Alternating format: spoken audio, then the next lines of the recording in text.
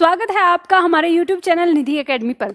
आज हम लोग सर्वनाम से संबंधित कुछ प्रश्न लेकर आए हैं और ये प्रश्न आप देखेंगे कि किस तरह से जब हमने सर्वनाम पढ़ा है तो सर्वनाम में हमने कितने क्वेश्चन सीखे, तो वो हम देखने वाले हैं। तो जल्दी से हम लोग शुरू करेंगे। शुरू करने से पहले आप सभी लोगों को बता देती हूँ जो हमारी ऑनलाइन क्लास करना चाहते हैं, जिनको नया लाइव बैच चाहिए, तो आपको पता ही है कहाँ जाना है। निधि एकेडमी ऐप पर जाना है।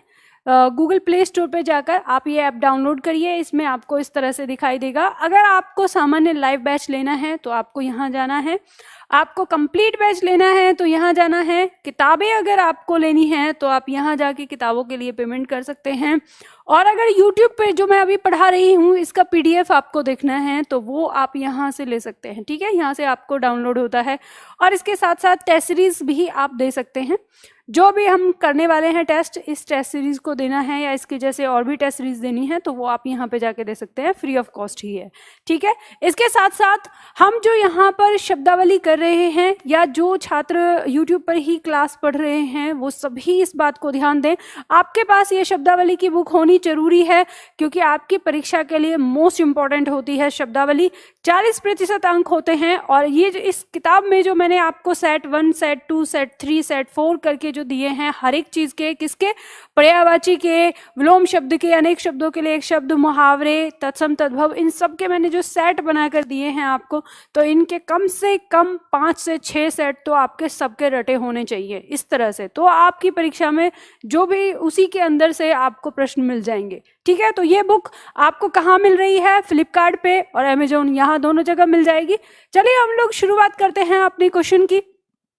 तो क्वेश्चन हमारा सबसे पहले है, हमारे सामने प्रश्न आया है कि कोई आ रहा है वाक्य में कोई किस प्रकार का सर्वनाम है। देखो यहाँ पे आपको बताना है कोई आ रहा है, ये वाक्य है, इसमें जो कोई शब्द है ये किस प्रकार का सर्वनाम है। ऑप्शन दिया है अनिश्चयवाचक, बी ऑप्शन है निश्चयवाचक, संबंधवाचक और निजवाचक। तो आपको पता है कि इस कोई से आपको पता चलता है कि कोई ना कोई तो है, लेकिन वो है कौन इसका हमें ठीक से अंदाजा नहीं होता। तो जहां हमें किसी चीज का ठीक से अंदाजा नहीं होता तो वो अनिश्चित होता है। तो ये हमारा आंसर क्या हो जाएगा? अनिश्चयवाचक सर्वनाम हो जाएगा। ठीक है, अनिश्चयवाचक सर्वनाम। अगला प्रश्न लीजिए, जल्दी से करेंगे, बहुत फटाफट से जल्दी फिनिश करेंगे इसे। प्रश्न संख्या 2 है, यह घर मेरे भाई का है, रेखांकित पद आपको बताना है और रेखांकित पद आपका ये वाला है। ठीक है, यह आपको बताना है, इसमें घर तक हो रहा है कि यह जो पद है क्या है, संज्ञा है, सार्वनामिक विशेषण है या कारक है। तो आप देखो यहाँ पे आप देखेंगे कि यह दिया है। अगर हम ऐसे देखें तो हम सर्वनाम के क्वेश्चन कर रहे थे, इसमें क्या होना चाहिए? सर्वनाम भी होना चाहिए था। तो अगर हम इसको देखें सर्वनाम के दृष्टिकोण से, तो सर्वनाम के दृष्टिकोण से ये क्या होता है? हमारा निश्चयवाचक। क्या होता है? निश्चयवाचक।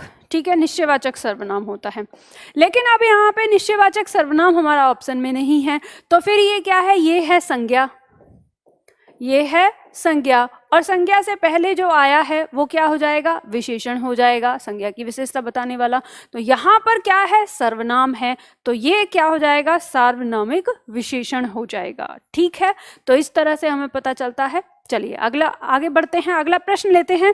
प्रश्न संख्या 3 दिया है, विजय अपने कपड़े स्वयं धोता है, रेखांकित शब्द सर्वनाम का उचित भेद बताइए। रेखांकित शब्द क्या है? स्वयं है। आपको इसका भेद बताना है सर्वनाम में। पहला ऑप्शन है पुरुषवाचक सर्वनाम, दूसरा ऑप्शन है निजवाचक सर्वनाम, तीसरा ऑप्शन है निश्चयवाचक सर्वनाम, चौथा ऑप्शन है सार्वनामिक विशेषण। तो यहाँ पर आप देखेंगे कि विजय अपने कपड़े स्वयं धोता है, तो विजय यानी काम को करने वाला कर्ता अपने लिए, स्वयं के लिए इस शब्द का प्रयोग कर रहा है, और जिस शब्द का प्रयोग कर्ता स्वयं के लिए करता है वो क्या होता है? निजवाचक सर्वनाम होता है। तो आपका ऑप्शन क्या हो जाएगा? निजवाचक सर्वनाम हो जाएगा। ठीक है, ये बात ध्यान रखिएगा, आपको पता है, मैंने पढ़ाया ही था कि निजवाचक सर्वनाम क्या होता है। चलिए अगला प्रश्न लेते हैं, अगला प्रश्न बढ़ते हैं आगे। प्रश्न संख्या 4 जैसा करोगे वैसा भरोगे में कौन सा सर्वनाम है?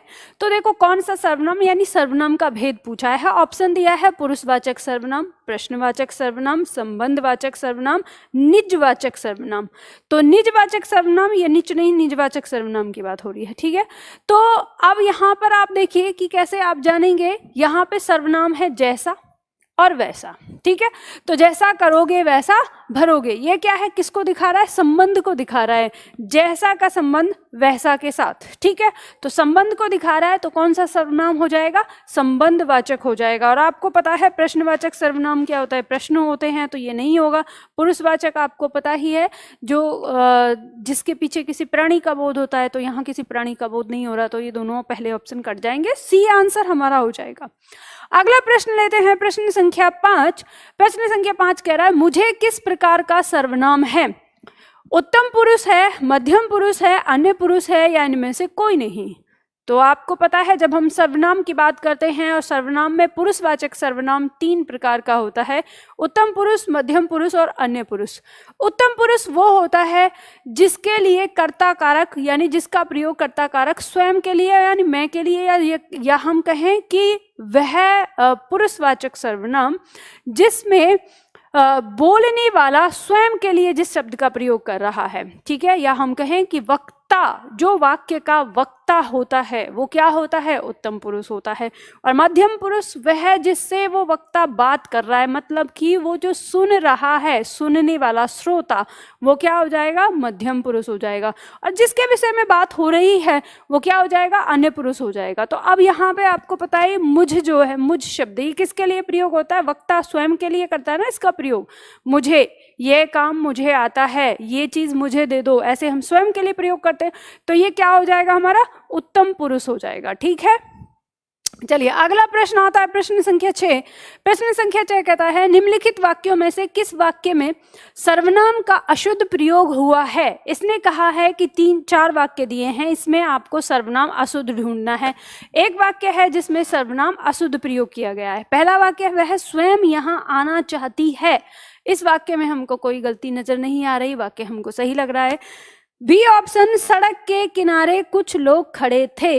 इस वाले वाक्य में भी कहीं कोई गलती नजर नहीं आ रही है, वाक्य सही लग रहा है। आगे देखते हैं, मैं तेरे को घड़ी दूंगा।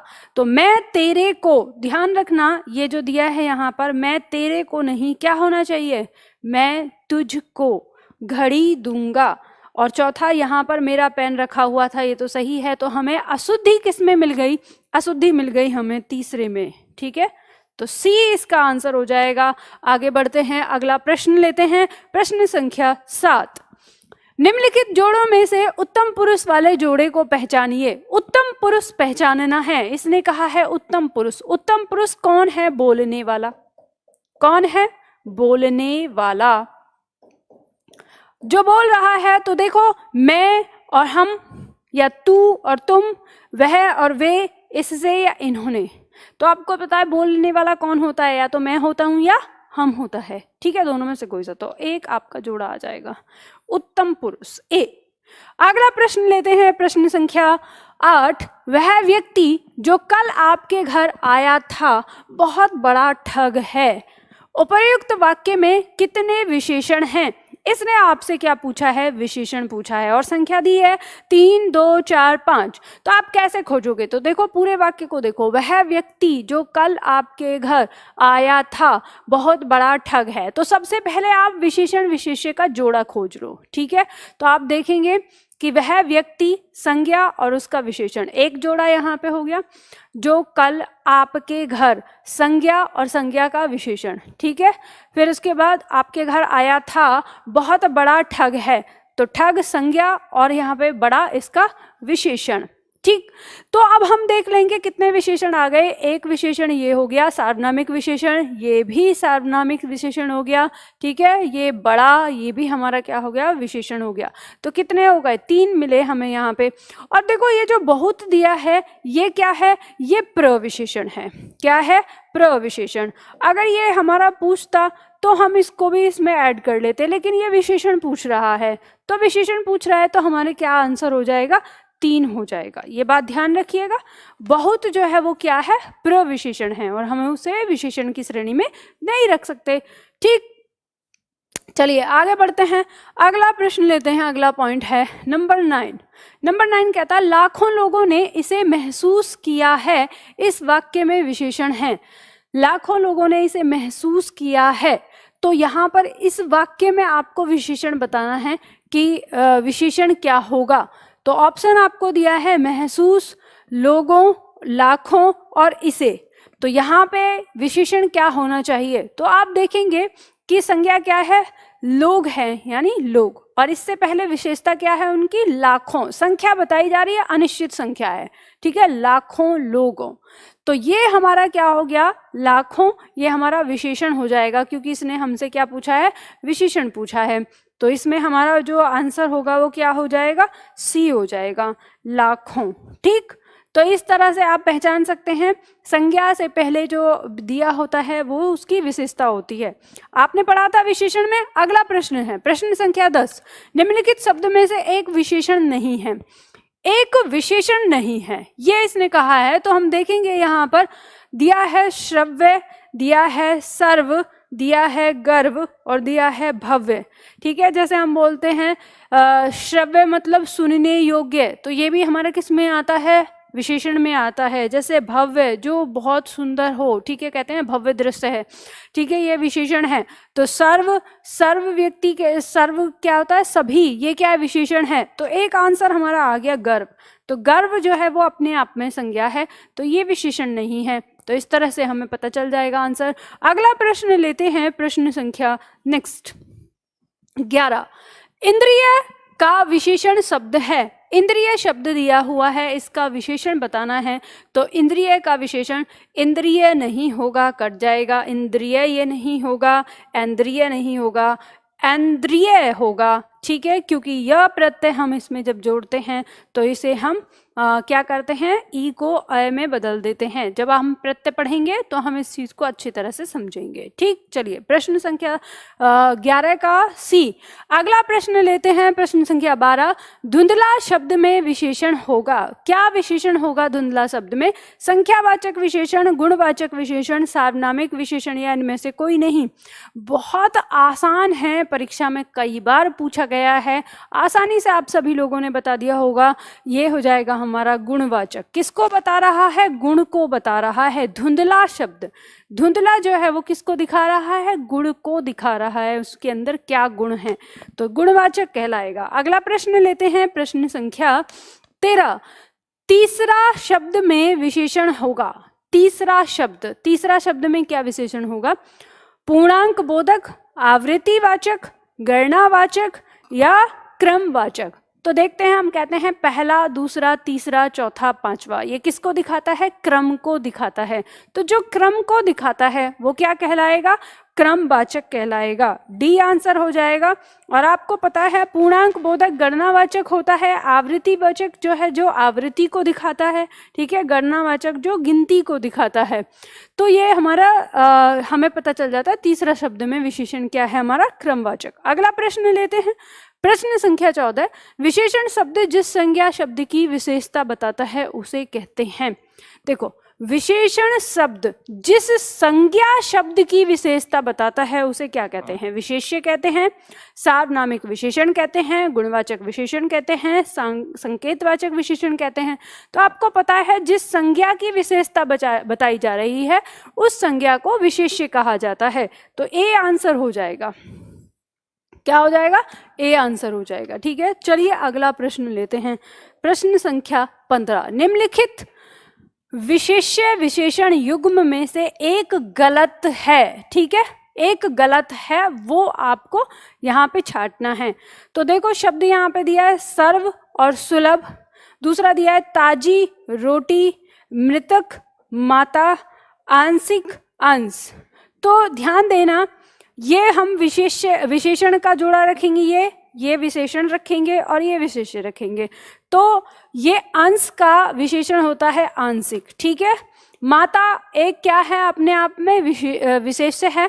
और मातृक ये विशेषण होता है, ठीक है। तो माता से मातृक बनता है, कैसे, जैसे पिता से पैतृक बनता है ना, ऐसे ही मातृक बनता है। तो ये इसका क्या हो गया, विशेषण हो गया। जैसे रोटी है, रोटी संज्ञा है और उसके लिए क्या आ जाएगा, ताजी। तो रोटी कैसी है, ताजी, ये क्या हो गया, इसके लिए विशेषण हो गया। अब यहाँ पे बचा सर्व और सुलभ, ये दोनों ही अपने आप में क्या है, विशेषण हैं। तो आंसर हमारा क्या हो जाएगा, ए हो जाएगा। उसने गलत पूछा है तो गलती क्या हो गई, ये भी विशेषण है और ये भी विशेषण है, ठीक है। तो इस तरह से हम इसको पहचानेंगे। तो प्रश्न संख्या 15 हमारा यहाँ पर समाप्त हो गया। तो देखो, हम ये 15 क्वेश्चन हमने किए। अब जल्दी से आप सभी लोग बताइएगा किसके कितने प्रश्न हमारे यहाँ पर सही हुए। और मैंने आप लोगों को बताया, ऑनलाइन क्लासेस अगर आप हमारी लेना चाहते हैं तो हमारा ऐप डाउनलोड कर लीजिए, निधि एकेडमी ऐप। आप सभी लोग जानते ही हैं इसको। इस पे आप हमारी ऑनलाइन क्लास ले सकते हैं, एग्जाम वाइज क्लास ले सकते हैं, जो आपको एग्जाम्स के अकॉर्डिंग क्लासेस दी गई हैं। और जो किताब आपको दी गई हैं, तो वो किताब भी आपके पास होनी बेहद ज़रूरी है। आप YouTube से पढ़ रहे हैं, YouTube से पढ़ते रहिए, लेकिन उसके साथ साथ आपके पास हमारे नोट्स होने भी ज़रूरी है। इसी तरह से आपकी हिंदी स्ट्रॉन्ग हो जाएगी। और अपनी हिंदी को स्ट्रॉन्ग करके, क्योंकि आप जानते हैं आपकी परीक्षा में सर्वाधिक अंक दिलाने वाला अगर कोई सब्जेक्ट है तो वो है हिंदी। इसे बस एक बार पढ़ना होगा, प्यार से पढ़ना होगा। तो चलिए फिर आज के लिए इतना ही करते हैं, फिर मिलते हैं अगली क्लास में अगले वीडियो के साथ।